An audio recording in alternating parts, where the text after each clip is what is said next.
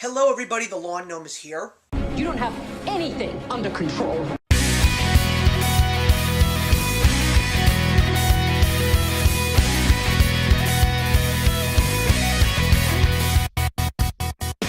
I know, guys, it's been a while since I've actually come to you with a new movie review of a film that I've seen in theaters, but just in case you guys haven't heard, I actually am in the process of moving to my new house, so the chances to actually go out and see a movie at this point in time are really slim. But thankfully, there really wasn't anything that I was really interested in going to see on the big screen until now, which is the new Damien Chazelle directed film First Man, which is a biopic about the first man who walked on the moon, Neil Armstrong, and he's played by Ryan Gosling, along with a great cast including Claire Foy, Shea Wingham, Corey Stoll, and Jason Clarke. You guys know my attitude about Damien Chazelle. You'll even get my reviews for Whiplash and La La Land at the end of this video. But knowing how much of an impact that Chazelle has had in film already, to see a third film of his so soon, and his take on the biopic as well, especially when it comes to the fact that we have never gotten a biopic about Neil Armstrong, was definitely something that I was extremely interested in. And I was very curious to see how he was going to use his wizardry to try and see if we can maybe see a third trip to the Oscars for him, with a whole bunch of nominations for him to possibly grab. Is the third time a charm for Damien Chazelle? Well, I'm gonna say it's yes and it's no, but let's go with the positive stuff first. It is definitely one of the most original takes on the biopic. It doesn't really revolve entirely around the events. More so, when it comes to Chazelle's direction, it is really about what is going on in Neil Armstrong's head as the events are unfolding in his eyes. We see tragedy that actually happens before he even goes into the moon landing. And it was a few things that I wasn't even aware of in terms of his family life, in terms of his job. I didn't know much about these things, and the way that it was depicted was something that I had never seen before.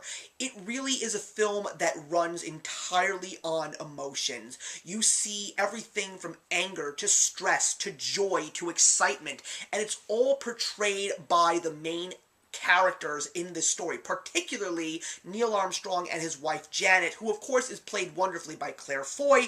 It is also incredible to see how she handles an astronaut as a wife, how she is able to keep it under control, how she's able to still be a mom to his two sons, and how to tell his kids that even though their father has probably one of the coolest jobs in the world, and he's about to embark on one of the most historic moments in our nation's history, is he ever going to come home?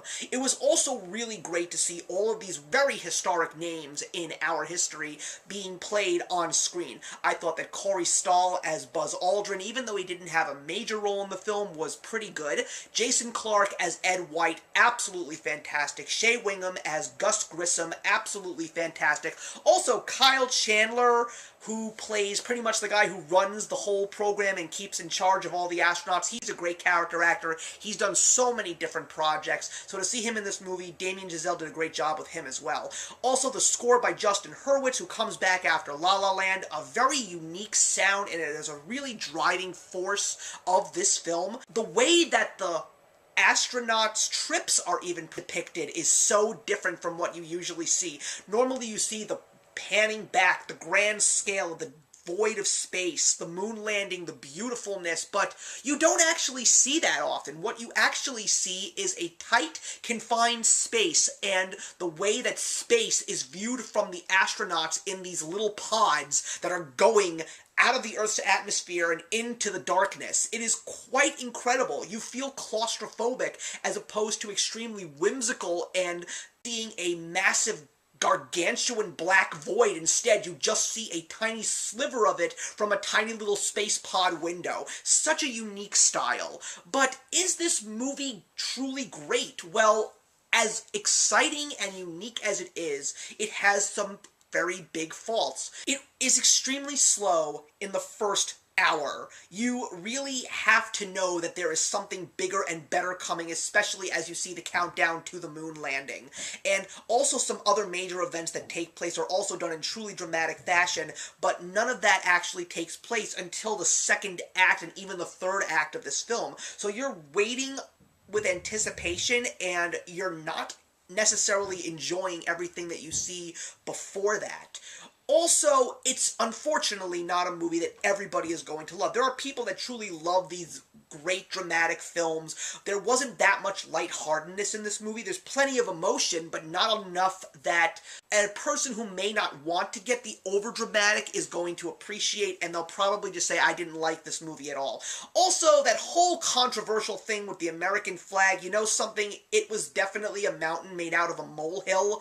It's really something that takes a backseat along with the actual events of the moon landing. While they're happening, it's really about how Neil Armstrong is feeling throughout this entire film, and how he has to eliminate distractions in order to make sure that the mission at hand is accomplished. There are no other movies out there now, especially in 2018, that are like this, and I feel that that's one of the main reasons why this film will be remembered during Oscar time. It will definitely get some Oscar nominations, and I'm pretty sure it'll be nominated for Best Picture. And for me, knowing that Damien Chazelle, a third time in such a short career that he has had thus far, to actually get an Oscar nomination for Best Picture 3 times for 3 films is quite an accomplishment. And I wouldn't be surprised if Ryan Gosling also gets nominated for Best Actor, because he was a very good Neil Armstrong in this movie. I really felt for this character.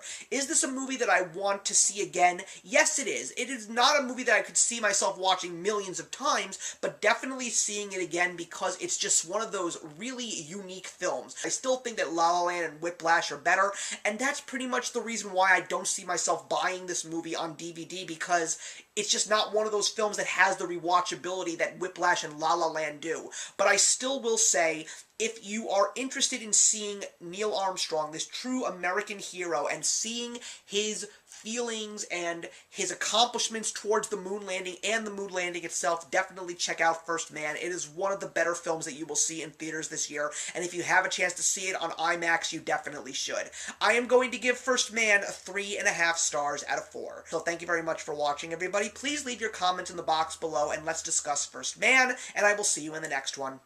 He's bound and down, loaded up and trucking. Are we gonna do what they say can't be done? Hey, thank you so much for stopping by my channel today. If you're new here and want to see more of what my channel has to offer, please click on the link to my last video, or hit that subscribe button to be kept up to date with all of my uploads. Content of all sorts is posted here quite often, so trust me, you do not want to fall behind. I will see you in the comments, and actions speak louder than words.